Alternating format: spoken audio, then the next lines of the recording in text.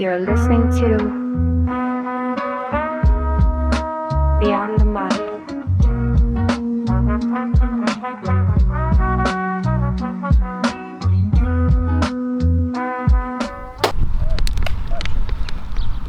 Okay, welcome back to another episode of Beyond the Mic, off the script, but this time we're not on the sofa.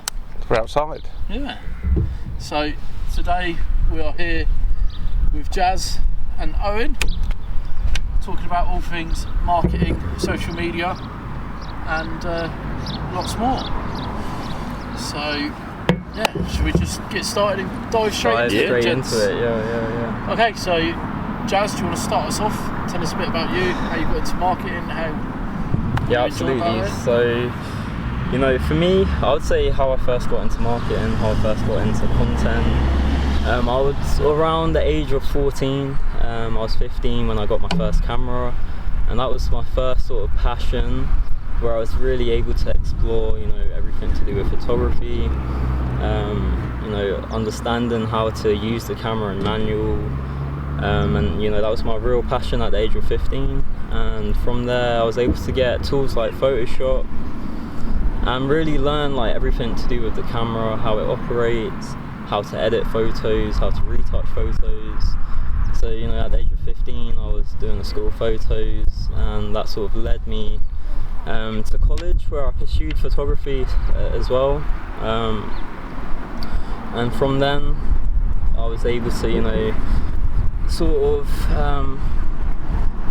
create many different sort of passion projects. So I created like a few different fashion brands. The cliche thing of selling sweets in school, you know, I was sort of always entrepreneurial, but I'd say it took a real serious step up when I came back from uni, and I had about 2.5 years where I really focused on business. I really focused on learning everything I could. I created many different businesses, such as marketing agencies. I was involved with a few different influencer agencies as well, and that really taught me a lot about the industry. I learned, you know, personal branding and creating personal brands for influencers, and that taught me, you know, products and logistics. And yeah, over the course of those 2.5 years, I just learned a lot about business, and through that journey I understood what I was good at, what I wasn't so good at. You know, I was sort of at the laptop every day. I didn't really go out much, so that was, you know, my main focus. And yeah, over the course of that time I realised, you know, I have a skill in content creation. I enjoyed marketing. From that process, you know, I made money, I lost money. It was a real roller coaster. And you know, I was into sort of product businesses as well, and we created a product business called Juicix. It was a commercial juicer distributor, and we was actually able to get our product into Waitrose. And it sort of taught me, you know, anything's possible with a plan and the right execution. So yeah, you know, that's sort of my journey summarised over the past sort of 10 years. But from there I went into sales briefly, then from sales I went into a marketing agency, handled a few different accounts such as Pro Formula, Unilever. Then I left there, and this is where I'm at today. This is how I'm here sitting with you guys today. But yeah, that journey taught me a lot. It taught me about what I like, what I don't like, and yeah, that sort of summarises the past 10 years. Yeah, so for anybody that isn't sort of really aware, hasn't caught up on any of our previous sort of podcasts, Jazz manages all of our social media, so all the posts, all the videos, everything you see going on is Jazz. And you know, I personally, and I know Wayne's on the same page, think that you did a great job of it, Jazz. Appreciate that. Our social media presence is growing ever more and more, and that obviously leads into a lot of what we're doing here today. And it just saves us having to do it. Yeah. I'm way too old for it. It means me and Wayne can focus on all the other headaches that come with running the business and not worrying about that. Absolutely. So yeah, doing a stern job for us, Jazz, and we do appreciate it. Thank you. What about yourself, Owen? Yeah, marketing. I've been doing it since I was 14, 15 as well. I actually had an internship with a Dutch news company, and I got in through sort of the community management side of things. So I went down the social media route to start with, and then from there got interested in sort of video production, different methods of growing a business online, digital marketing, all that sort of stuff. And then went into website development, got really interested in becoming a coder or a developer or whatever. And then, sort of went down that route for a few years, worked for some big brands. I was project leader marketing at Crep Protect for a while. I've done, a fair few things with Dell, like the computer brand. I've had some pretty big clients, like Costco. I've worked with Sage. I've worked with some big B2B brands, sort of went from consumer to business, and then started looking at like CRMs, automations, workflows, all the rest of that sort of thing, and just became sort of an all-round marketer, so I could touch so many different areas of it and be able to apply a skill set there. And it led into me now being almost too skill consumed to just be in one job role, that I was like, I need to take it self-employed, and then took it down the self-employment route, and now I just sort of help with various skills for different businesses with their marketing. So whether that's their video, their website, their CRM, even their business approach to sales pipeline and things like that, it all comes to fruition when you put things in the right areas. So yeah, that's sort of what I've been doing. And now obviously I work here. I do tattoos 3 days a week, and I market myself like that. And we've seen that's been, a little plug. That's been quite successful. First month to be booked like I am at the minute is pretty decent. And I help out as well with little fun videos, because I'm big on the humanisation of it all, and understanding that at the end of it all there's always someone consuming this content, so they don't want to just be sold something. They don't want to have this hard sales pitch where they're just watching something to be sold it. It has to be entertaining. It has to be entertaining, and people want to be entertained. Yeah, and they want to see your personality as well. So that's something that I'm bringing into it. And there was actually, I worked at an agency in London called Rooster Punk, and they brought out a book called The Humanisation of B2B, and it's understanding that you work in B2B as well with AW House, so it's understanding that within B2B there's still a consumer at the end of it. There's still consumerism at the end of it, so there's someone that needs to get that. Sorry. So it's important to understand that within B2B. But yeah.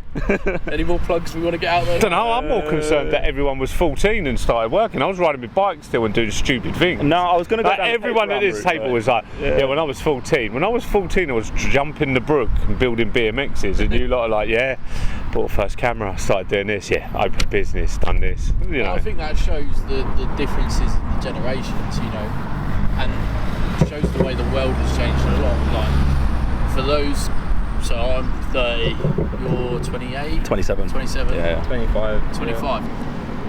44. That's where we're digging at that one. We're digging at that one. We've got Unk over here. But for us, if you're not out there doing that and putting yourself out there at such an early age, you just don't stand a chance in today's job market.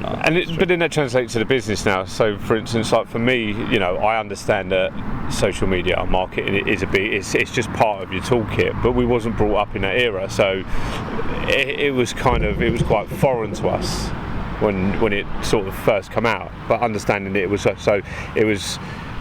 we needed the people like yourself to be able to give us, the older fellas like myself, that edge. That's why a lot of people are like, I can do this myself, or I'll do this and I'll do that.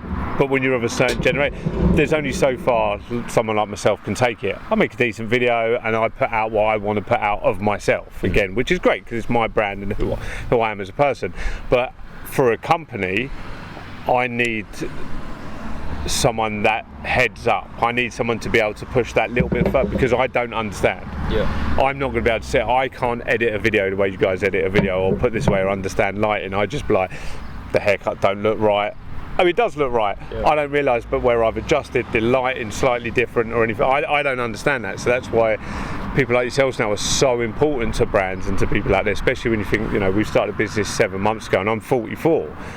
We need those people behind the scenes. It's not just as simple as we cut really good hair, we do really good colours, we do this, we offer great service treatment. That's all well and good, but how do people find that out? And that's what people need to understand, the importance of the people around this table now. Add to those, the string to our bows. We need that. It's all cogs to the main gear, isn't it? At the end of the day, without every single aspect of this business, it doesn't work. No. There's no good you being sat in there being able to cut hair if no one can find out about you. There's no good marketing something if you've not got the right stuff there to market. It all has to work. This is just a new age version of word of mouth. Yeah. Which was how it was back in the day. You'd have, and we still use the old techniques like recommend a friend, and loyalty cards, and they're leaflet drops. They all work really well, but they only hit now. I would say maybe between 15 and 20% of the market that we want to attract, because you talk to most people nowadays. Google that. They don't. And if they don't do that, they're straight on Instagram. Instagram's the new version of the Yellow Pages. You hear about a restaurant, you'll go see if they've got an Instagram page. If they haven't got an Instagram page, generally people won't go now. If this is happening, there's an event, you'll find the Instagram page, like the pop-up page. TikTok reviews. So we're going to Turkey in what? On the 18th, so we're going, and Nusha's like, she went years ago with her friends, but she's never been to where we're going. Literally, so my wife's scrolling through TikTok to find out places to go and all the rest but because of it, it's that human context of like, this is someone real who's been there, and it's a 30-second video of how they had a really good. She's even found the hotel we're staying at. Wow. To be like, oh my god, look how much fun these kids are having, because it's real life people, and this is what you guys now offer, where we're doing it real life. You're just advertising us doing it real life, so it is that word of mouth that's just spreading further now. It's the reach, like the reach that you get from anything digital is mental nowadays. Oh, it's phenomenal, and as I said, our client base has grown massively in the last 7 months. And we all had clients that would come to us prior. Then we had a certain amount of the villagers come in, which was great. But we've had people now reach out from other local villages. I've still got a client that comes all the way from Hendon. Wow. And I didn't have his contact details, but he's found us via social media. I've had other clients that couldn't find me that have now reached out because they found us on social media. Or a very well placed advert, which I've got now mine and Mackay's image. So I'll send you over mine, Mackay and Ethan. Look, you've got Ethan's image. I've got a new one of me, and Mackay's all black and white. That should be up before the weekend. Yeah, that'll be up soon. But again, it's another part of marketing where and that's the word of mouth. That's the new age leaflet drop, the recommend a friend. People are, they see it, they come in, and I think it's such. I don't think it's important. I think it's just a key essential now. It's not like marketing's important, because a lot of people go on about how marketing's important and this is important and that's important. I don't think it's important. I think it's a key it's essential now. I think a lot of people go into this and they're like, all right, I'm going to buy a shop, or especially in this industry, I'm going to open a salon, I'm going to open a barber shop, and they'll go out and they'll be like, cool, this has cost me this much and I've got this much of a budget, and the rest of their budget will be spent on chairs. Or I want this decor and I need this ring light and that. What they don't do is they don't break down that their 100 grand investment and they've spent so and so on this and the first month's rent and this or however much, and then they've got say 60-70 grand. That 60-70 grand will be solely spent on making their shop look amazing. Now our shop looks great, but knowing how me and Sam work, when we see like a lot changed while we were doing it, and since opening there's a lot more that we'd like to change straight away. You may notice in the background the windows have already been rubbed down and the building's been, but there's even on the inside there's things that like straight away we're like, we'd like a new floor, but we'll wait for that, because through the budgeting of the investment that we had to put aside, knowing how important it is, there has to be a chunk of that go on marketing, there has to be a chunk of that goes on social media, and that doesn't end there. That goes into our monthly figures as well. When we break down how much we've got to spend on this, on products, on wages, on this and that, there's always set aside, this has to go on marketing. Marketing doesn't stop. So I don't think it's just important anymore. It's become essential. Yeah. No, And if you can outsource like we do, it makes it's easy. It's so much easier because then it's done. It's not that it's still not personal because it's still done the way we want it to be done because we're always in there's always communication there, but it's just done to a standard. It's like, this is what we want, this is how we want it done, and then it goes and gets done. I don't have to break up my day. I'm doing 12 hours tomorrow. I don't have to stop through that and I am doing 12 hours tomorrow. It's flat out. So many people are getting married and want a haircut. I don't now have to sit there and think, Beyond needs this. I have to stop. I have to come away. Same as Nush's role. Nush doesn't do hair, but we knew that it was important to have a manager, to have a front of house, so we can concentrate on what we do best. So instead of trying to fashion marketing in a way that we see looks good, that looks okay, we've gone out of our way to be like, let's budget that into what we do to get the best out of our brand, to make us not a shop, to make us a brand so we can excel, to which I think we've done in such a short space of time. And that's what makes Beyond so special, because you can see the attention to detail. you can see the love and care that's gone into the brand. Like, there's so many different points to make, different sort of ideas that have been spoken about, like how you mentioned the windows right now. They've been sanded clean because it needed like a fresh new lick of paint. But that's not something that needed to be Steve's done. Trying to get a plug as well now. Yeah, Steve, Ralphie's a client. If you ever need any groundwork specialist done, But that's just it goes to show the attention to detail. But again, what you said there, it wasn't about Beyond being a shop. It was straight away, it was a brand. And that's where we wanted to hit the ground running with everything. We wanted to start as a brand. We didn't want to start as a shop and then another shop and then potentially move forward and eventually become a brand, because that's where you want to be. That's where if when you want to grow in this industry, you want to be a brand. The goal would always to be a household name, which is so hard to do, but you just keep striving. The journey is the important part. But we sat that from the beginning, and I think that's one of the first things when we first sat down, even when we did before we done it, is we wanted to let's do this and market this as a brand. That's what sets us apart. We're more than a salon, we're more than a shop. We're an experience, and it's a family. It's a family, 100%. A one-stop shop at the minute. And it's a one-stop shop. But that's the only other way I would ever explain it, because it's not just being a brand is probably the same as being a family. When I go home and everyone's got my surname, that's my brand, that's my family. And none of us, we're not all related, but we are all a family because we're all under that umbrella of and we all have the same goal, like the same goal. And I think that's the most important bit, I think, is having that same goal and understanding. And one reason that, like, I obviously don't work with you guys doing marketing, but I will help you with the marketing and the video side of the family, because you're like that moody uncle at a barbecue that comes on and throws a bit of sauce and dodgy videos. And comes and seasons that bit of chicken because it's just not seasoned right. You don't want to disturb the cook, but you want to come and help. But that's the part of it. Which then leads on. I also think that then bleeds into obviously the plugs that we've already made with AW House, with Impulse. They're not, for as much as they're separate entities and they're their own, they're their own brands, they just fit well within. There's never that. If someone's going to a salon, they're probably going to a gym. That's it. If someone's going because they care about themselves. Exactly. But it's even when they come into the salon. Sam's mum uses the salon quite often now, and she's the first to say, I wash my hair and I leave it and stuff like that. But she comes in now, has her nails done, all that lot, and it's mumsy of the whole shop now. And she works extremely hard in AW. She's there constantly. At the moment, seems to be running up and down stairs all the time. If you look at it, if you're watching the socials, doing exercise, it's weird. But she'll come in and she's now just mumsy of the shop. It was weird because me and Sam have known each other for years. It was only just before the AW party last year that I found out her name was Tanya. I didn't know his mum's name. I've always called her mum. She always come in with a big hug, and that's now been adopted into the shop. That's mum that comes in the shop. Like, she's welcomed him a bit because it's just another part of how big the brand has become. Ash said it the other day.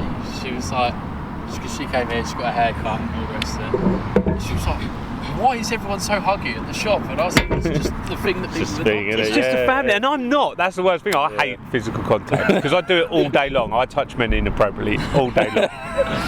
But So when it comes to me getting outside of the shop, I'm generally like, shaking your hand, a spud at most and stuff like that. But as I said, when it's part of our brand and family, Mum come in, hug and kiss. It's different, isn't it? Yeah. And it's that brand that we've built. Yeah, and you can see it from like every aspect. The moment you walk in, it's like you're met with diffused oil scents, and of course, I feel like beyond, we're really trying to tap into an experience, and you can see it throughout the salon. The attention to detail in like the chairs, how exclusive but inclusive. Yeah. It's luxury, but luxury and experience, but yet affordable. And we're creating like a zen-like atmosphere, and there's a lot of work that's being put into Beyond, and I feel like truly we are special. And Beyond as a brand, there's so much nuance to the brand, there's so much values we all share. We're on the same mission, we have the same goals, and I feel like it's my job to be able to express that and convey that through different mediums, whether it's strategically, which would be in sort of a marketing sense, whether it's through communication, whether that's messaging or copy, or different mediums like photography and video. And it's my job to translate the true essence, the true DNA of what makes Beyond the brand, and showcase that in a visual format. And I think you have branding that's quite in your face. I think where the power lies is understanding, like I was saying, the true essence of what makes Beyond the brand. And I feel like it's the subtle elements, like how I was touching on. You walk into the salon, you're met with diffused oil, and it's like what that does to the human body. Aromatherapy is inundated with data describing how it affects your mood, how it affects anxiety, how it creates a calming atmosphere. And it's all these little details that we've infused into the brand to really make it an experience, because our customers are the front and center of the business. We're a service-based business, so our customers are the most important thing to us. And we only use yours because that lot stink though, right? I'm joking. But as well, I think like what you said is interesting though, because like marketing is as well a psychology. Yeah. So when we are marketing or we're thinking of a piece of content, we're always thinking with the end user in mind. And you've got to think about, okay, who do you want to come into the salon? Who's the sort of person that you want to attract based on the marketing that you put out? And I think that reflects in a lot of the content that we've started to do as well, with the more fun stuff, because when you're cutting someone's hair, you want to have an interesting conversation. Yeah. You want them to feel comfortable, you want them to be able to talk about whatever they want to talk about. And it's the same with anyone in there. Like, the one thing about this shop is everyone loves having a conversation. They just do, and that is part of their role. So if we can convey that more through video and more through social media and all the rest of it, then it just makes it more comfortable when they come in, because they expect that, and they expect to be able to be spoken to and have a good, healthy conversation and stuff when they do come in. Yeah. So on a few of the points that both of you made there, you both hit in a couple of times. The subtle points matter. Yeah, big time. And we see that. But why do you still think there's so many businesses and brands out there that overcomplicate their social marketing or their general advertising marketing and all the rest of it? I feel like they don't fully understand, the power of branding, the power of marketing. I feel like these concepts and terms can be viewed at a very surface level sort of perspective, but where branding's concerned, I feel like it's really innate within us as humans. I feel like branding's always existed. It's as old as time. Like if you think back to ancient civilizations, think back to kingdoms, religions, it's all about iconography, it's all about symbolism, it's all about, persuading people. So I feel like, today's brands, they're not really touching on human emotions and human intuition. They're just trying to get the most clicks, they're trying to get the most views, and that often ends in a very formulaic approach. And that sort of ties into how content today is. They're trying too hard. It comes across like they're just trying too hard. But it's the humanisation piece that I said about earlier as well. It's like you can't expect your end users to be robots. because they're not. Like, you're not speaking to a robot. And this is where, like, me personally as well, I'm trying to step away from using AI too much. Yeah. Because AI is good. Again, this is probably a whole other topic going into AI market. But it is good in moderation, or it's good to guide you. It needs to be a guide and a tool, not something that you can expect to output everything that you want. It's not there to take over. It's not there to take over. And if we treat it like it's there to take over, then that's when everyone and everything becomes very robotic and very the same. Terminator's coming in. Yeah, but that is what you see. If you look at any big B2B brand or any, a new entity into the marketing world, or any new brand that starts up, their first piece of content is likely going to be AI gibberish. It's always going to be that. And what people don't realize is when you're creating with AI, you can actually make custom GPTs. You can make things that make AIs talk in your messaging or your tonalities and all these sorts of things to actually work with you, rather than just become like everything else. If you put a prompt into ChatGPT, 9 times out of 10 it's going to come out the same tonality as everyone else on social media. But if you guide it and nurture it, then it becomes a lot more powerful than if you just use it straight out of the box. It's like when you mod a car. Do you know what I mean? If you have the same car as someone else, it's going to run the exact same, but if you mod it, it's going to go a bit quicker.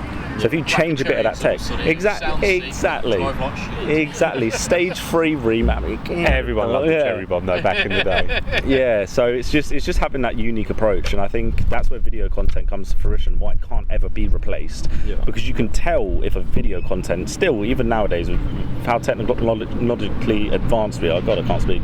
We are so technologically advanced on an aneurysm, that you still can tell if a video's AI. Yeah, you can still tell. Yeah. It has a graininess to it. They're talking in certain ways, whatever. And I think that see where you tapped in there. That's the key essential to this industry. Yeah. You are invited into people's personal spaces, so we have to keep it with our marketing, with our videos, from the comical side of it to the serious side to advertising, from pushing out new services and so on and so forth. It has to be, like you said, that human content. This is what's great about this as well. You're limited. You have none here. For the simple fact, we're not trying to hit a certain market. No. There'll be certain videos that will attract to certain markets. You'll go down the barbering section, for instance, but there's not a certain part of barbering. You'll go down the hair care or the colouring side of it or the treatment side of it.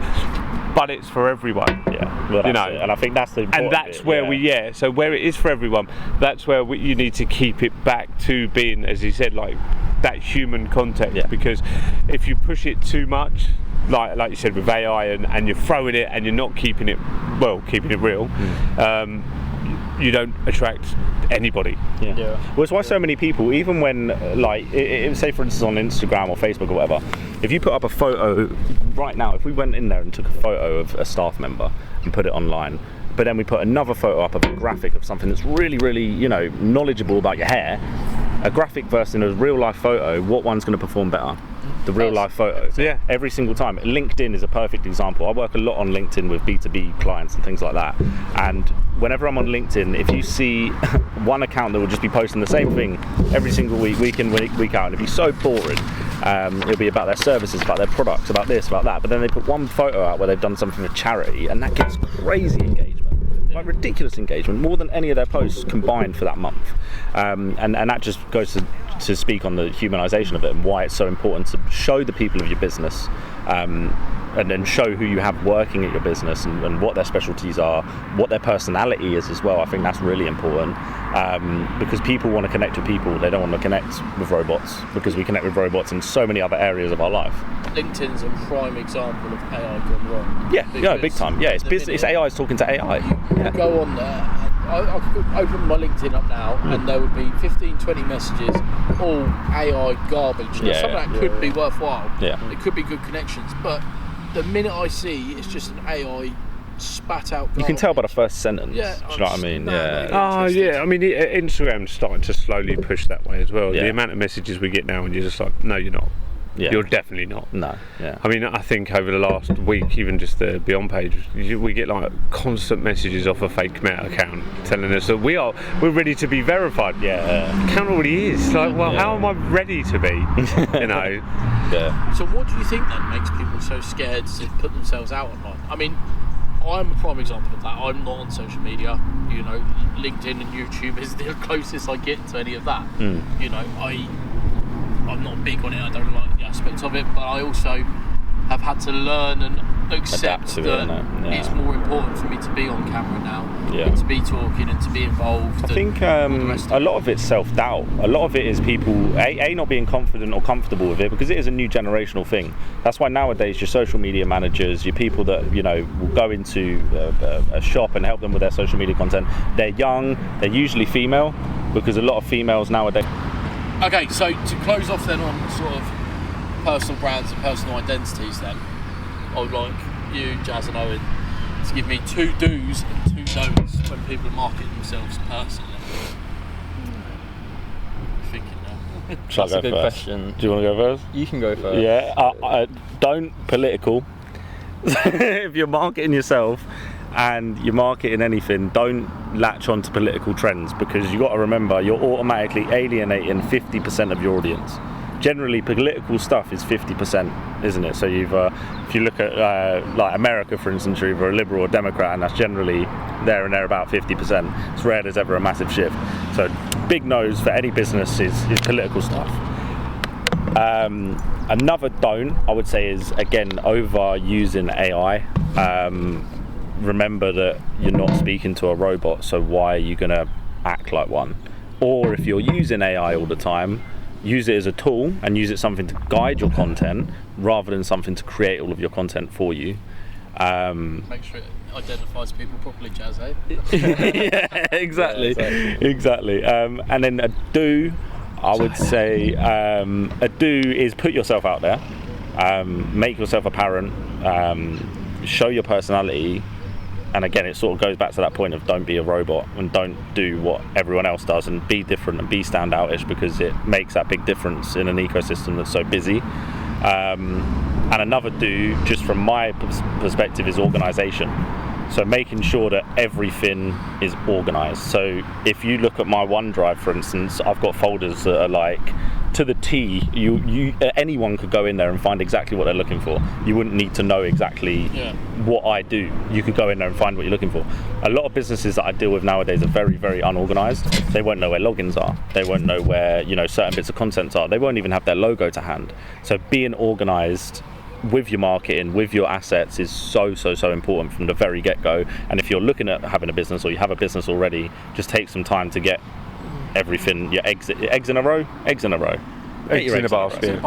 Is it eggs? What's in a row?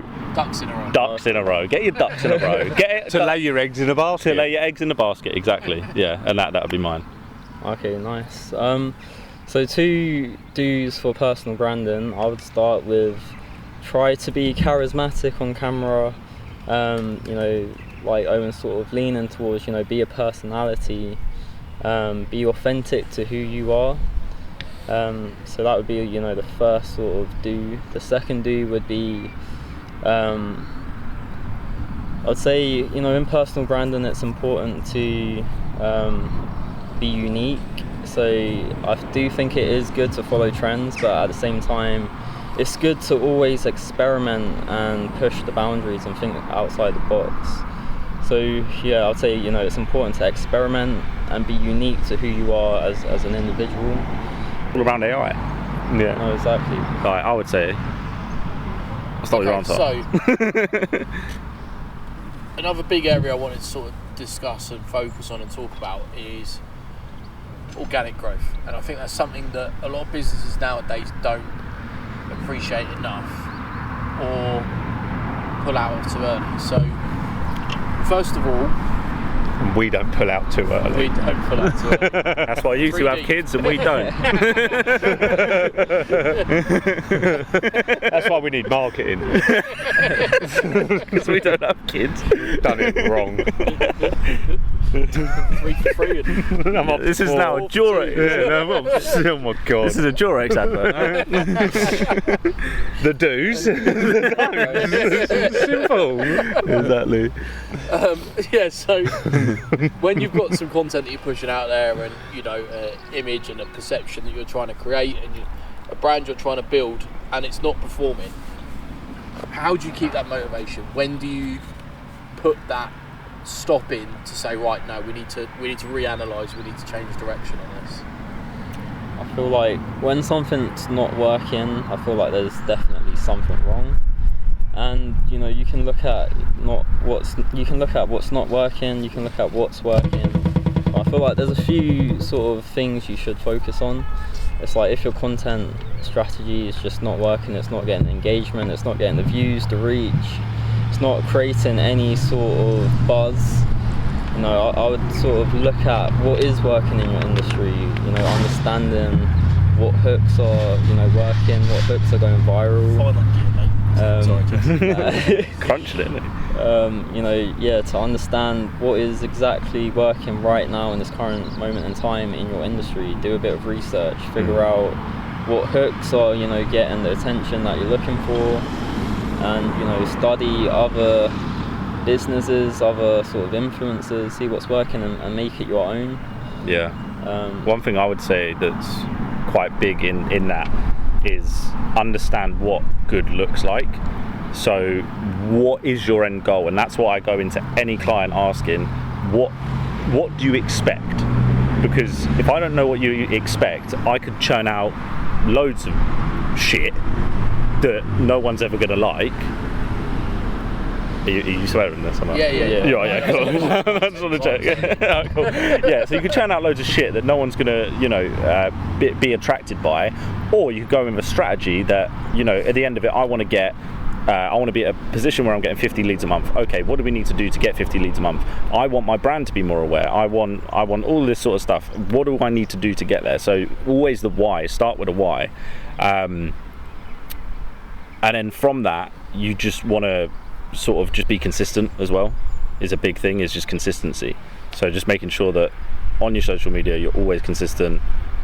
On any sort of marketing that you do, it's always consistent. And going back to the metrics as well and what looks good, not being scared to change. The actual definition of insanity is just continuing in the same way and expecting something to change miraculously. It's not going to do that. It's not going to do that in marketing.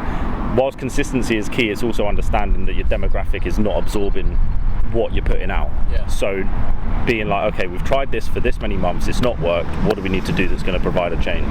And you see that in any algorithm. You put something out that's a bit different to what you've been doing before and it will get that engagement. Look what we did with Theo. Yeah. You put that one video, bless you, you put that one video out that's completely different to anything you've done before and it gets the maddest engagement. Yeah, of course. It gets so much interest, it gets views through the roof because it's something that your algorithm's looked at and gone, oh shit, that's different. And that's what I think is quite unique about marketing with this as well, because natural progression in this industry, I was explained years ago, it's the hole in the bucket routine. Yeah. So you have a big bucket, you fill it with water, but there's always going to be a small hole at the bottom. It will always dribble out. You'll have people move, people go, people try, people still prefer their old hairdresser, their old barber.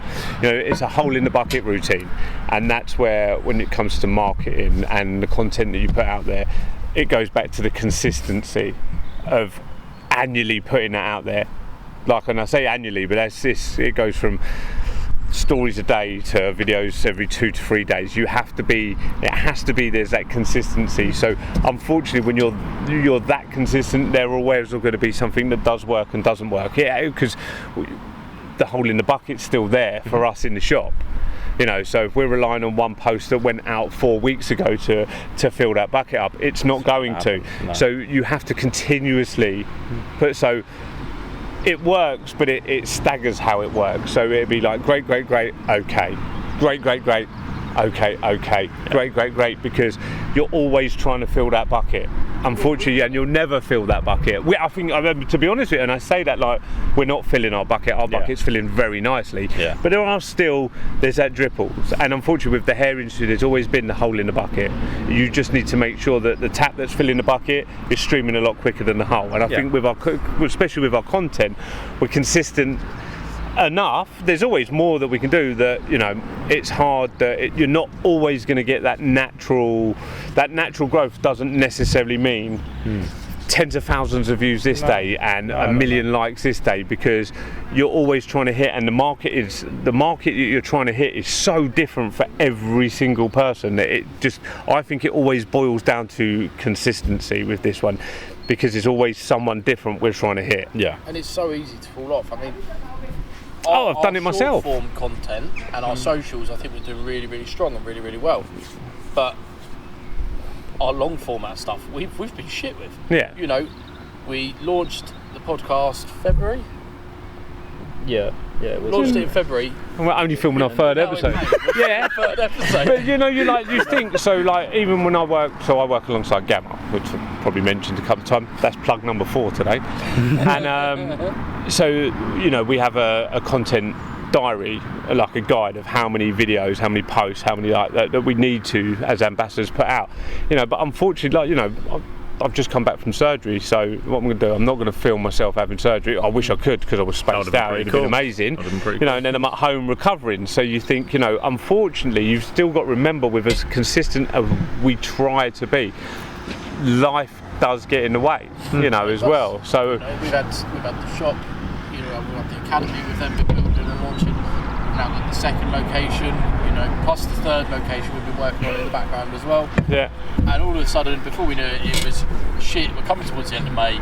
We need to get something done. That's it. Well, You've also got to think, and that's just business. You've got to think, you're still in the process of buying like the biggest house on the planet for every single member of your family. I'm definitely going for Christmas, by the way. You invited me to. You know, I'm also then, you know, I think because like I said, they don't have kids, so they don't understand that response. But we also have children, so you know, there's them that come into the class. Then I've got a holiday, but that's 10 days that I'm out of the country. You went away to Thailand. I had the shits. I had the shits this morning. I had the shits this morning. I did. And it's those keys, those things that people don't see, you know, as well. So it isn't as easy. You know, that's why. Can you imagine we did this and we were having this podcast, just me and you, because we didn't have these? Yeah. For as bad as like we look at ourselves like, oh, we need to get this done, we need to get that done, we wouldn't be anywhere near there. No. Yeah. We would have been like, this has been terrible, you know. And then you've also, like I said, you've also got a group of members, a bunch of staff that their main goal is to earn money.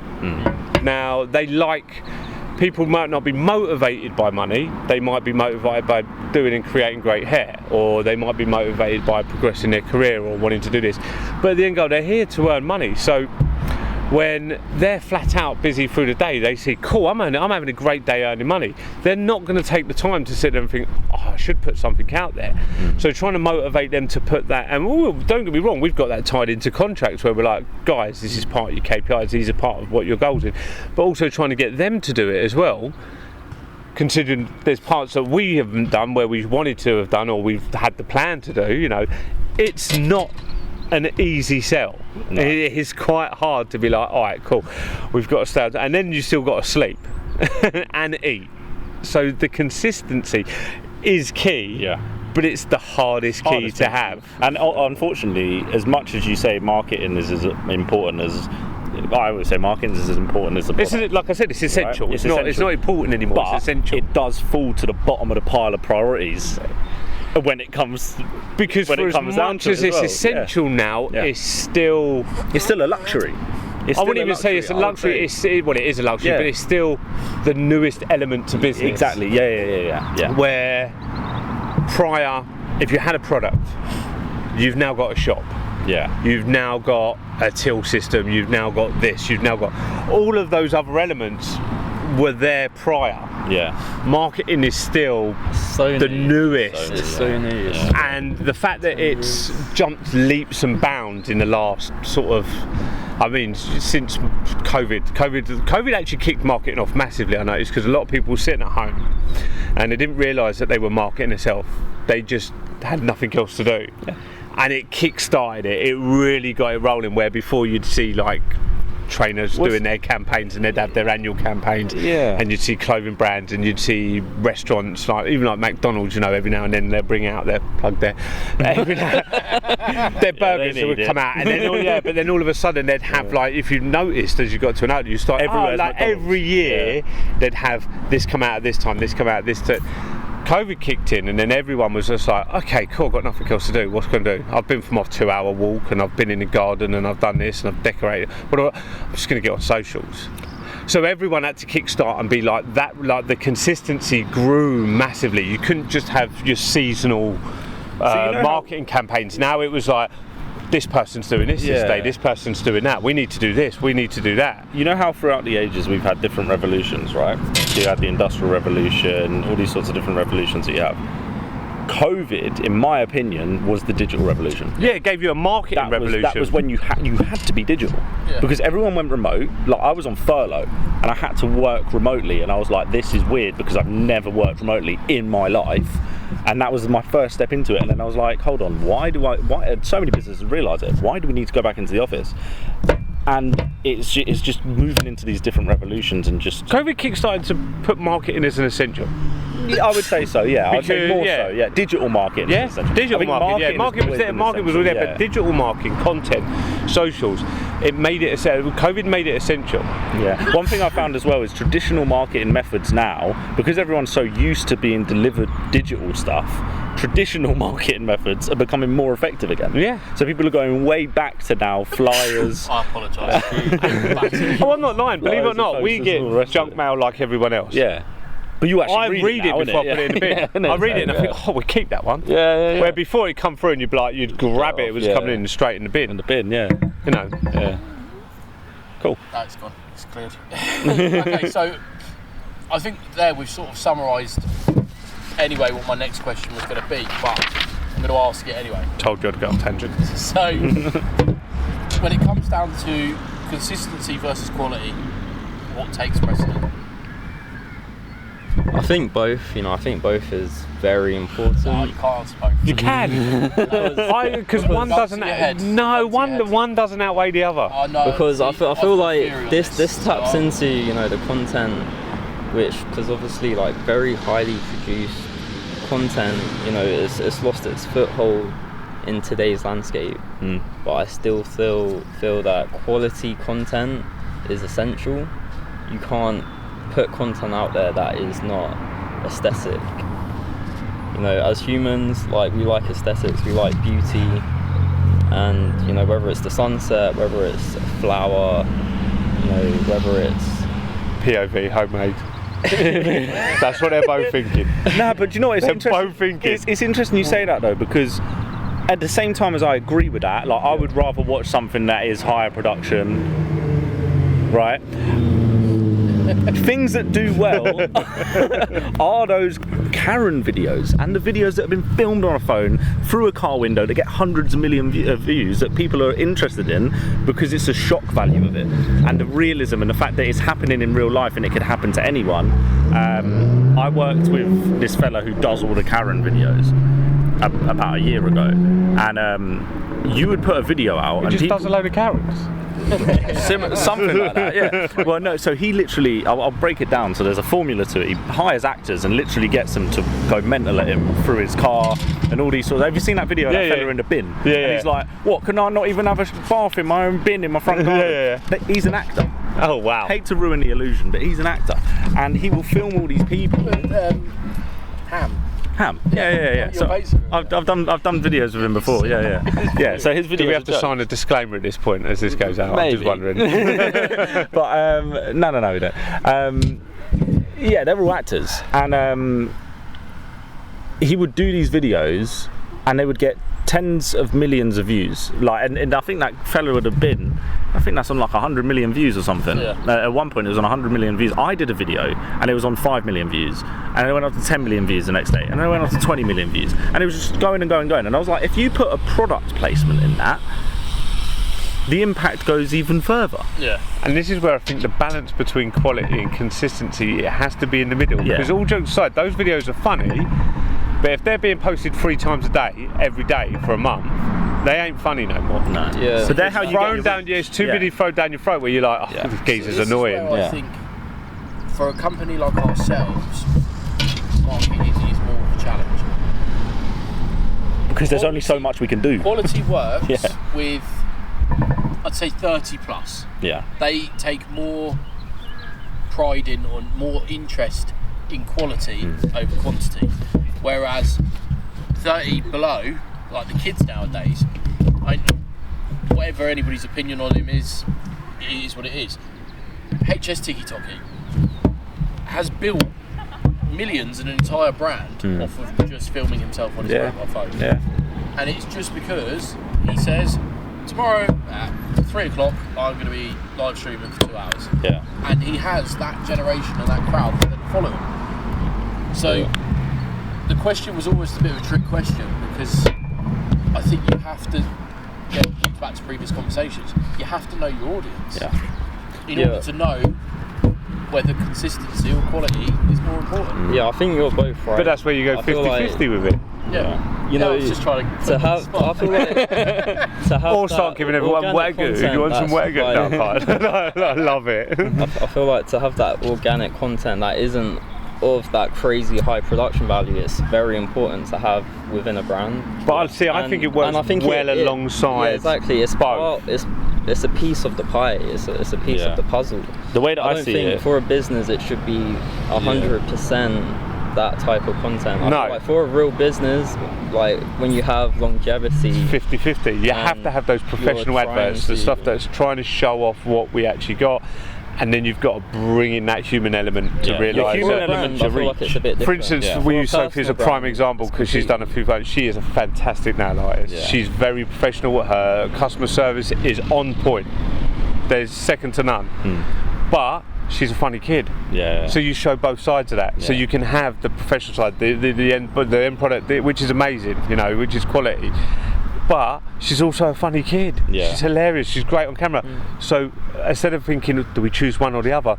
You choose both. Yeah. You keep it down the middle, 50-50. Your funny shit's your reach, and your serious stuff is your trust, brand your knowledge, credibility. your credibility, all the rest of it. Yeah, That's it. And that's your reach will get people in, and then everything else will keep them. Yeah, in. exactly. That's Because what I mean. if you sit there and you jump up and just have everything stupidly highly professional and really amazing and slow music and slow-mo and all of that lot, it's great, but it gets boring. Yeah. Unfortunately, people are like, oh, it's great, I've seen this 1,000 times. I want to see somebody act as a dick. You do. I want to see someone act like a dick, because then they'll bring the people in that then will then pay attention. The funny thing is, they'll see that and laugh. They'll come to the shop, have their nail done, then they'll pay attention to the high quality professional video, because like, do you know what? She's a funny kid, but she does that. Her quality doesn't drop. Yeah. Yeah, and I think when it's done right as well, like when we go back to the formulaic sort of cookie cutter approach that a lot of corporations have done over the years, obviously that has no sort of hold in today's economy, in today's sort of market. The status quo of that is. Put it this way, I've got ago. a good example. Favourite Nike advert ever? Mine. Yeah. Oh, you might be a bit young for it.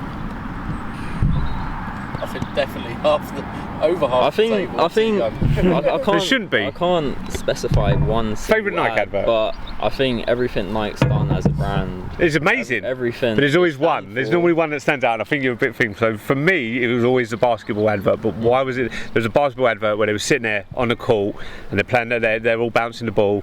And they're all looking, dark room, and it was a sick advert. Yeah. But what made it a sick advert was because Scary Movie stole it, and they made a joke out of it, and it just jumped because it made it so much more, because there was a comical side to it, and that's how good it was, that they were so in contact that they made a full comical side of it, and they done a spit, and it was hilarious that they just took the mickey out of it to the point, which video? It just went through the roof.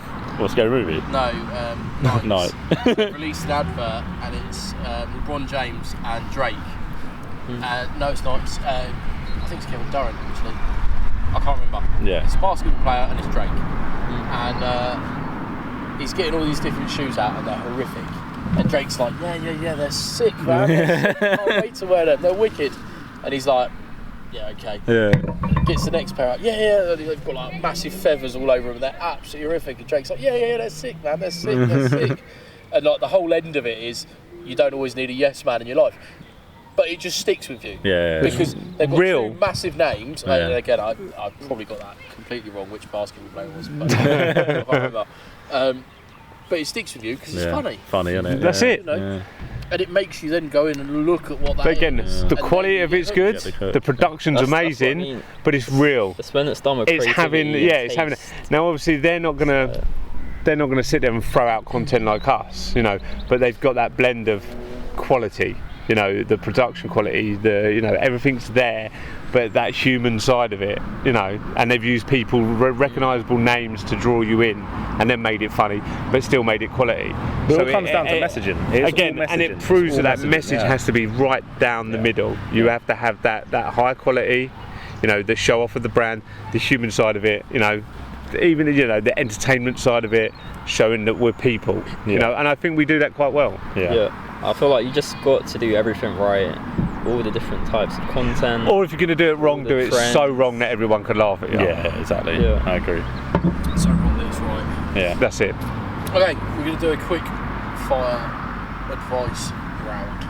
So I'm going to fire off some questions, and I want each of you to give me a very short answer. Sure. So we'll go reverse to begin with. So starting with you then, Wayne. Biggest mistake brands can make online? Sex does not sell anymore. It doesn't. Yeah. No, you laugh, but it used to be everywhere. It was always. Oh, it says otherwise. Yeah. No. I honestly, Some of these people are earning good money. No. I had tits. I'm not talking about the sex. I'm not talking about the, you know, the adult industry. I'm talking about your standard brands now. Back in the day, it would be.